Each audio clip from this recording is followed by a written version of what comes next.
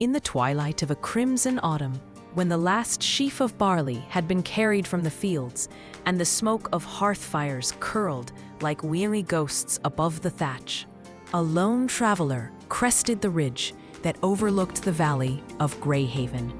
His cloak was threadbare, the color of river mud, and the purse at his belt, once fat with the coin of a sold homestead, now hung as light as a sparrow's heart. His name was Corwin, son of no one in particular, and he walked because the wind had whispered that somewhere beyond the horizon, a man might still trade a day's honesty for a day's bread. The road descended through oak and beech, whose leaves rattled like old bones. At the ford, he paused to drink, seeing in the water's skin the reflection of a man already older than his years. One more village, he told the ripples, one more dawn, and perhaps the world will remember its promise. By the time Grayhaven's watchtower, little more than a crumbling stone finger, rose against the violet sky, Corwin's boots were split, and his stomach a hollow drum. The hamlet itself crouched beneath the hill, a huddle of cottages, their shuttered windows glowing amber, and beyond them, the manor house of Lord Alric, its chimneys breathing sparks into the first stars. Corwin's gaze, however, was drawn to a forsaken hut at the forest's edge. Its door leaned like a drunkard, and ivy had stitched the walls into the earth itself. No candle burned within, no dog balked at its threshold. "Shelter enough," he murmured, "until the world decides what it wants of me." Inside, the air tasted of moss and rusted iron. Moonlight spilled through a hole in the roof and pooled upon a single object, an iron-banded chest, half buried beneath collapsed straw. Corwin's pulse stumbled. He knelt, brushed away the rot, and found the hasp cold beneath his palm. Yet something in the hush, the way the shadows leaned closer, warned him to wait. "If the owner lives, let him claim his own," he whispered, and laid his blanket across the chest as though to hide temptation itself. That night, he slept with one hand upon his purse and the other upon his father's knife, dreaming of fields he would never reap again. At dawn, he walked into Grayhaven. Frost silvered the ruts of the lane. A cock crowed as if the world were young. Folk peered from doorways, suspicion folded into the creases of their faces. Corwin touched his brow in greeting, but none returned a courtesy until he reached the manor gates, where two spearmen barred his path with crossed hafts. "I seek Lord Alric," Corwin said. "I carry strong arms and a willing heart. My craft is the turning of earth and the tending of beasts, and I ask only the wage an honest man deserves." The gods laughed, yet one vanished within. Moments later, a steward appeared, velvet-sleeved and smelling of last night's wine. "The Lord will see you," he sniffed. "But mind your tongue. Silver buys no mercy here." Inside the great hall, tapestries drooped like weary banners. Lord Alric sat at a table littered with bones and ledgers, his beard oiled to a dagger's point. His eyes, small and bright as black beads, measured Corwin as a butcher measures a carcass. "Name," he grunted. "Corwin of the Western Dales. My land is sold, my kin scattered. I come seeking work." "Work we have," Alric said, leaning back. "But every hand that lifts a hoe here must have a roof to sleep beneath. Where do you lodge?" "For the present, the abandoned hut beyond the meadow. I will build a cottage once I have earned the right to a strip of ground." Alric's brows rose. "That ruin? A crone named Marta dwelt there once. Healed folk with herbs and charms. Vanished 3 winters past. Some say the woods took her, others that the eternal flame claimed her soul. You are bold to sleep beneath thatch already heavy with ghosts." "I fear no ghost," Corwin answered, "only hunger and idleness." A slow smile split Alric's face. "Then hear my offer. Rise at cockcrow, labor till the vesper bell. And I will pay you 2 silver pennies each 7th day. If you prove stout, I may grant you a rood of bottomland come spring." Corwin bowed. "I accept your terms, my lord." Only when the traveler had gone did Alric's smile twist into something colder. He summoned his reeves, Martin the one-eyed and Silas the weasel, and spoke in a voice like silk drawn across steel. "Did you mark the purse at his belt? Heavy enough to clink when he walked.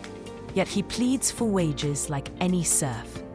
Find me the measure of his coin, and I shall find a way to make it mine. Spread word that a stranger prowled the manor chapel last night. Let the priest discover the alms chest lighter by dawn. We shall see how boldly he bargains when the noose whispers his name." Martin chuckled. "And if the chest in Marta's hut still holds what we could not lift before?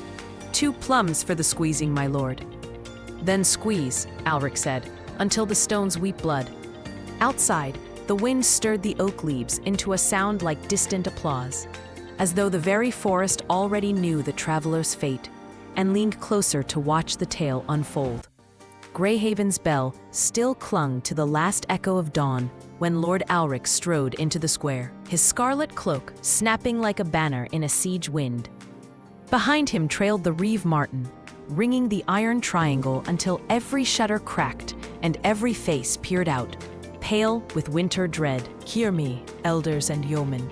Alric's voice rolled across the frost-rimed flagstones. "A serpent has slithered among us, an outlander who knelt at my hearth, wept of hunger, and by nightfall prized open my strong room. 485 gold crowns, my late wife's dowry, meant for my daughter's dowry, gone." A growl rippled through the crowd. Old women clutched shawls tighter than prayer books. Boys clambered onto the well curb for a better view. The village headman, Master Bramble, raised his ashwood staff. How could a stranger know the hiding place of such coin? "By my own folly," Alric cried, striking his breast with theatrical penance. I pitied him. I boasted of my vault to prove I could pay his wage. While honest folk slept, he crept back, forced the lock, and fled with the clinking proof of my trust. Martin leaned in, voice pitched for every ear. "Worse still, my lord's spies say the thief means to loot 3 more steadings ere the week is out. Holt the miller, goodwife Agnes, even your own granaries, Master Bramble." The headman's cheeks purpled. "Name him." "Corwin the Drifter," Alric answered, "the rat nesting in Marta's abandoned hovel. If we delay, he will bury the gold beneath foreign soil." "Then we delay no longer," someone shouted, and the crowd became a single beast, hoof and claw, breath steaming in the cold. They marched, plowmen with flails, dairymaids with pitchforks, children brandishing wooden swords, until the rotted door of the hermit hut stood before them like a mouth of broken teeth. "Come out, thief," Martin bellowed. "Show your face or we'll drag it out through the thatch." The door creaked. Corwin emerged, hair tousled with sleep, shirt unlaced against the morning chill. His eyes, still soft with dreams, widened at the wall of hostile faces. "Good neighbors, why such thunder at sunrise?" "Save your greetings," Bramble snapped. "You stand accused of burglary and deceit. 485 crowns. Confess and return them." Corwin's breath frosted the air as he stepped forward, palms open. "Headman, I am no thief. Yesterday I begged honest work from Lord Alric. He knows my purse holds the price of my father's fields, nothing more." Alaric's laugh cracked like a whip. "The very figure. Only the robber could know the tally so exact. Search his hovel, let the gold itself speak." Bramble hesitated, conscience warring with the roar of the crowd. At last, he slammed his staff against the doorframe. "In the name of the Duke's law, stand aside." They poured in like a flood. Straw flew, the rotten cot overturned. Within moments, Martin lifted a leather pouch from beneath the hearthstone and poured its contents into his palm. Sunlight flashed off minted faces. 485 bright sovereigns, newly struck, still warm from another man's coffers. Gasps turned snarls. A farmer seized Corwin's collar, caught with the very coin. "Those are mine!" Corwin struggled, but hands pinned his arms. "I sold my ancestral acre to buy a new beginning." "Count them, 485. Yes, because that is all the world paid for my birthright." Bramble's knuckles whitened on his staff. "Coin is coin, tails are wind. The number matches Alric's loss. What proof have you but your own word?" "Ask the notary of Westford," Corwin pleaded. "He drafted the deed, sealed before witnesses." "Westford lies 3 days' ride," Alric cut in smoothly. "By then the gold could be melted, spent, or buried." "No, justice must be swift. Headman, pronounce the verdict." The crowd chanted, "Thief, thief," until the syllable became a drumbeat. Bramble raised his hand for silence. His gaze flicked from the glittering pile to Corwin's desperate eyes, then to Alric's hooded smile. At length he spoke, voice heavy as winter soil. "By custom of the marketplace, any man found with stolen goods in his dwelling must repay double or forfeit freedom until the debt is worked. Yet proof on ownership remains clouded. Therefore," Alric interjected, "let the coin be returned to its rightful lord, and let the villain be bound to my service until the doubled sum is labored off. Say, 20 years beneath my whip. Thus mercy and law are both served." A rumble of approval swelled. Before Bramble could protest, Martin clapped iron manacles around Corwin's wrists. The traveler's voice cracked like ice underfoot. "This is your scheme, Alric. You covet what little I have.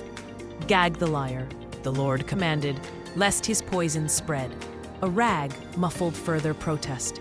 They paraded him through the village, the bell now tolling not for dawn, but for shame. Children pelted him with clods of frozen mud. Women spat and crossed the sign of the dawn goddess. At the manor gate, Alric paused to address the mob. "Return to your homes. The law is satisfied, your gold secured. Let every hearth burn brighter, knowing justice walks among us." As the crowd dispersed, triumphant and hungry for breakfast, no one noticed the headman linger, eyes fixed on the pouch now disappearing into Alric's sleeve. No one heard Corwin's muffled oath as the gate slammed, nor the raven that circled twice before winging toward the distant tower of Westford, where notarial seals waited to tell a different tale. But night remembers what daylight forgets, and the iron taste of injustice lingers like blood on the tongue. A village square let emptied, leaving only the echo of accusation, and the creak of Corwin's shack door as it swayed in the bitter wind. He sank to his knees amid the straw, fists pressed to the earth. "O eternal flame," he rasped, "what evil have I wrought that my own honor is torn from me like a wolf tears wool?" Tears blurred the dusk. Through them, the iron-banded chest, half buried beneath the collapsed cot, seemed to pulse with its own heartbeat. Memory tugged. He had meant to open it. Then fear of trespass had stayed his hand. Now he had nothing left to lose. He dragged the box into the shaft of failing light. The hasp groaned, the lid yawned. A breath of starfrost poured out, cold, bright, alive. Within lay no coin, no jewels, only a swirl of silver mist that coalesced into the translucent figure of an old man robed in tatters of moonlight. His beard drifted like river weed. His eyes held the weary kindness of one who has watched seasons turn beyond their allotted span. "Peace, Corwin of the Western Dales," the apparition said, voice echoing inside the traveler's skull. "I am Eldric, once headman of Grayhaven, murdered by the same hand that now robs you." Corwin's grief froze into wonder. "You, Know my name? The chest knows every wound dealt by greed. Alric poisoned my wine, sealed me living within this casket, and cast it into the river Vey. Yet my oath bound my soul to the wood. For 20 winters I drifted, seen by none save a wandering hermit who bade me wait for an honest heart to free me. That heart is yours. Corwin touched his brow. Then I am twice robbed, of gold and of justice. Tell me how to restore both. 3 deeds of unstained virtue, Eldric answered. Perform them before the next moon wanes, and the chest will lend you its power to unmask the tyrant. Fail, and your name will rot beside mine. Succeed, and the land itself will rise at your back. Corwin did not hesitate. I have no horse, no sword, only the road beneath my feet. Guide me. Go barefoot if you must, the ghost said, fading into the wood. But go before dawn. Alric plots even now to be rid of the headman who hesitated. When you return, bring proof that mercy lives in your breast. The lid slammed shut of its own accord. Corwin buckled the empty pouch at his belt, stepped into the night, and walked until Grayhaven's watchfires were embers behind him. By sunrise, he crossed the stone bridge into the neighboring hundred of Dunwold. Frost had gnawed his boots to scraps. He discarded them, trudging barefoot so the road might scour the stigma of thief from his skin. At the crossroads, he found a chapel, its bell tower cracked, its graveyard overrun with nettles. An aged verger sat on the step, wrapping his bleeding heel with dock leaf. Blood seeped through the makeshift bandage. The man's lips were blue. Grandfather, Corwin said, kneeling. Let me tend that cut. The verger squinted. Young sir, I have no coin to pay a healer, nor I to pay for kindness. Corwin tore a strip from his own shirt, bound the wound, then slipped his worn sandals onto the elder's feet. The earth is cold. Let the road carry me instead. Tears brightened the old man's eyes. May the Dawn Mother light your path. Corwin walked on, soles printing blood in the dust until, beneath a leafless oak, he found a friar in russet robes, eyes closed, lips cracked, skin gray as ash. A begging bowl lay overturned beside him. Peace, holy brother, Corwin said. When did you last drink? 2 days, the friar whispered. The wells of Dunwold are dry, the river diverted by Lord Alric's mill race. I wait for death to teach the village their sin. Death is an impatient tutor, Corwin replied. Let me seek a slower lesson. He searched until dusk, lowering thornbark buckets into 3 hollow wells, each echoing only dust. At the 4th, so deep the rope burned his palms, he heard the faintest splash. Hand over hand he hauled, muscles trembling, until a dripping gourd rose into the starlight. Scant, muddy, but water nonetheless. He carried it back, filtering the liquid through his own hair. The friar drank, color returning like sunrise on stone. He pressed a wooden gross into Corwin's palm. Take this, proof that you chose life when none watched. Corwin tucked it next to his heart and limped onward. Beyond Dunwold, the road narrowed into sheep tracks. Thorn and bramble shredded his cloak. Hunger gnawed his belly. On the 7th night, he crested a ridge and saw below a circle of lantern light. Tents striped crimson and gold. The traveling lodge of the mystic dervishes, famed for spinning prayers into wind. At its edge sat a lone dervish, robes once white, now caked with dust, arms cradling an empty earthen jar. His lips moved in silent dicker. His eyes reflected the moon like polished jet. Corwin approached, salaaming. Holy One, your jar is empty, and the sky is full, the dervish replied, smiling. Yet the sky refuses to descend. What brings a barefoot penitent to my vigil? I seek a third witness to my innocence, Corwin said, and told all, Alric's lie, Eldric's test, the two watchers already given. The dervish listened, then lifted the jar. My brothers inside drink wine and recite verses of union. I have vowed silence and thirst until I am granted a sign that generosity still walks the earth. If you can fill this vessel before dawn, I will bear witness before any court, mortal or divine. Corwin studied the parched valley. No well, no stream, only the white salt pan of an ancient lake. Yet memory nudged Eldric's words. He walked onto the salt flat, knelt, and began to dig with his bare hands. Skin split, nails tore, blood mingled with the crust. Deeper he clawed until moisture wicked upward, brackish, scant, but water. Cupping palmfuls, he filtered it through his shirt into the jar, inch by inch, while the moon crossed the sky. Hours before dawn, the jar brimmed, clouded, but liquid. Corwin carried it back, arms trembling. The dervish drank, eyes closing in ecstasy.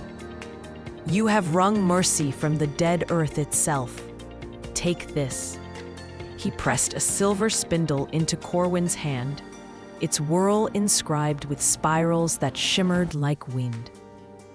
When the moment comes, spin it clockwise. Truth will follow the turning. Corwin bowed, tucked spindle beside cross and gourd, and turned toward Grayhaven, feet raw. Heart blazing, the moon setting at his back like a promise kept. Behind him, the dervish resumed his whirl, robes billowing until the lantern flame bent, and the night itself seemed to dance in approval. Corwin, bare feet bound with sycamore leaves, skin streaked with salt and blood, limped back across the moonlit ridge. The gourd of muddy water swung at his hip, the silver spindle and wooden cross knocked softly against his ribs with every step. 3 deeds, he told himself, 3 witnesses, yet doubt gnawed. Would a ghost accept the saving of a deer as the 3rd mercy, or demand a louder trumpet? The hut stood black against the stars. He pushed the door. It exhaled dust. The iron-banded chest waited, lid closed, as though it had never opened. Corwin knelt. Eldric, he whispered, I bring what I can. A verger walks in my sandals. A friar drinks because I dug. A dervish spins prayers again. And a hunted stag breathes because I lied to its killer. If these are enough, speak.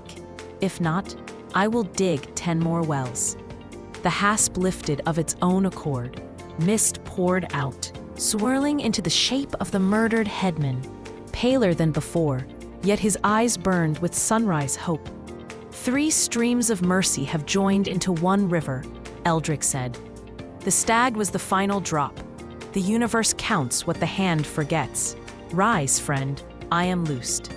Corwin felt frost become warmth, saw the ghost's feet leave the flagstones. What now? Now we take back your honor and spare the village a greater grief. Alric plots again. Tonight, he swears to poison young Bramble, the headman's son, as he once poisoned me. We go. But I am one man, bruised and broke. And I am a wind that cannot be caged. Take the spindle. Corwin grasped the silver whirl. At once the room brightened. The tool tugged toward the manor like iron to lodestone. He followed, Eldric gliding beside him, moonlight passing through translucent shoulders. They reached the manor as the bell tolled midnight. Inside, candles guttered in the great hall. Alric bent over a silver cup, tipping powder from a tiny vial. Sleep well, young Bramble, he muttered. By dawn, the village will beg me to wear the headman's chain. Your reign ends tonight, murderer, Eldric. The manor hearth had not yet cooled when Alric staggered from the hall, clutching a saddlebag fat with coin and candlesticks. He stumbled across the courtyard, boots slipping on frost-rimed cobbles, muttering charms against evil. At the gate, a shadow stepped into his path. No torch, no horse, only the shimmer of moonlight on steel-gray eyes. "Stand aside," Alric cried. "By order of your lord." The shadow lifted its head. Recognition struck like a poniard. The face was younger than memory, but the voice, low, steady, was the same that had once pleaded for mercy 20 winters ago. Shamalah, Alric's tongue thickened. "I killed you. I watched the breath leave your lungs. You are dust. Dust remembers," the ghost replied, "and dust returns." Alric's courage shattered. He flung the saddlebag aside, gold ringing across stone. "Take it, every link. Only let me live. I have years yet to taste wine and power." The ghost drifted closer. Frost crackled beneath unseen feet. "Power you tasted. Bitter was the dregs. One bargain only will spare your skin.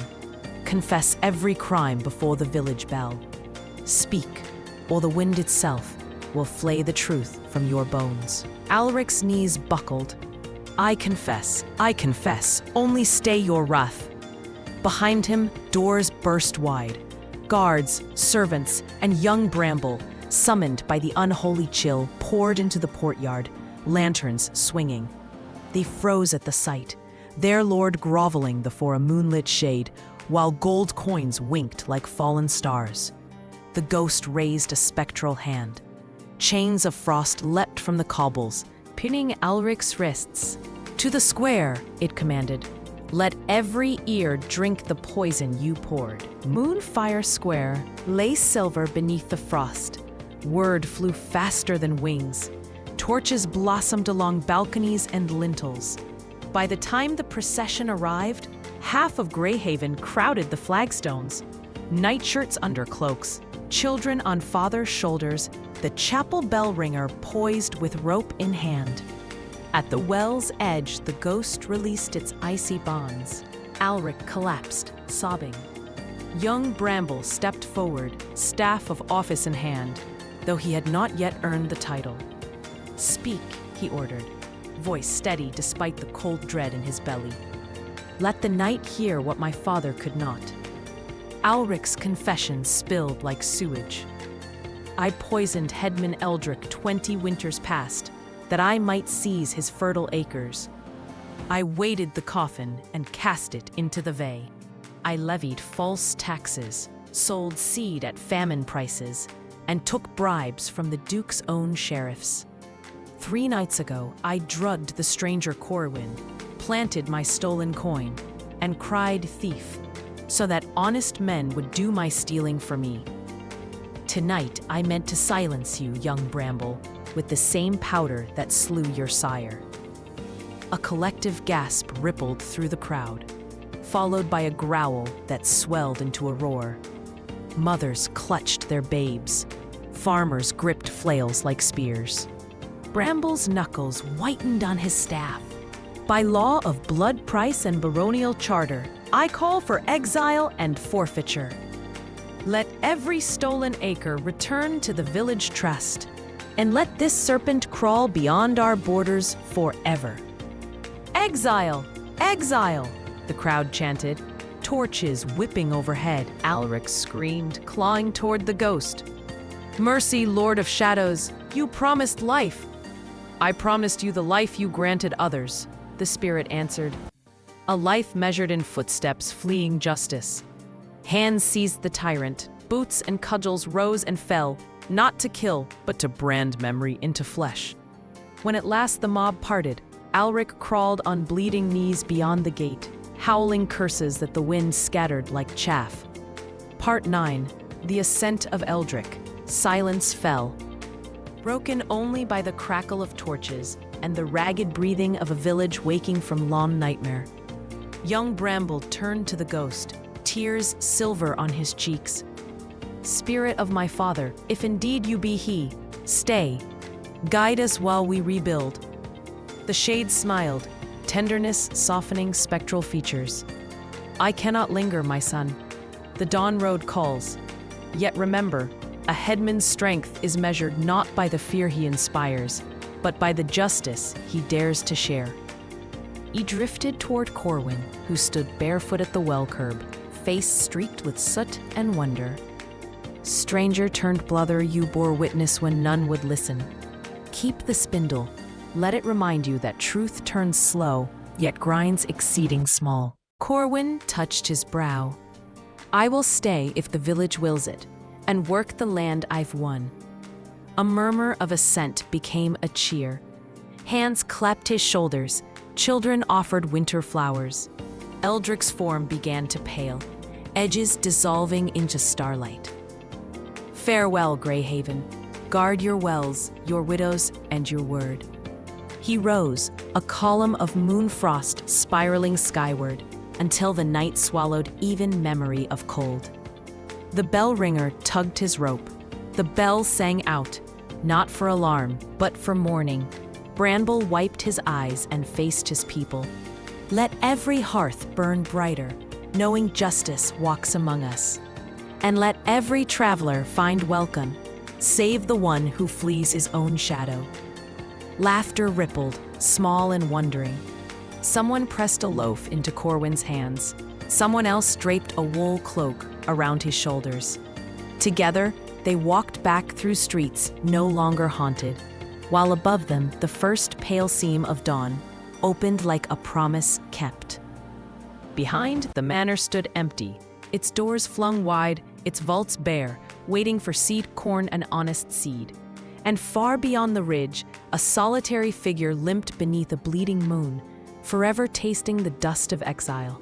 Within Grayhaven, the well pulsed with clean water, and the chest of Eldric rested beneath a cot no one feared to open, its lid unlatched, its ghost at peace, its wood fragrant with the scent of new-cut cedar and the faint, enduring echo of mercy.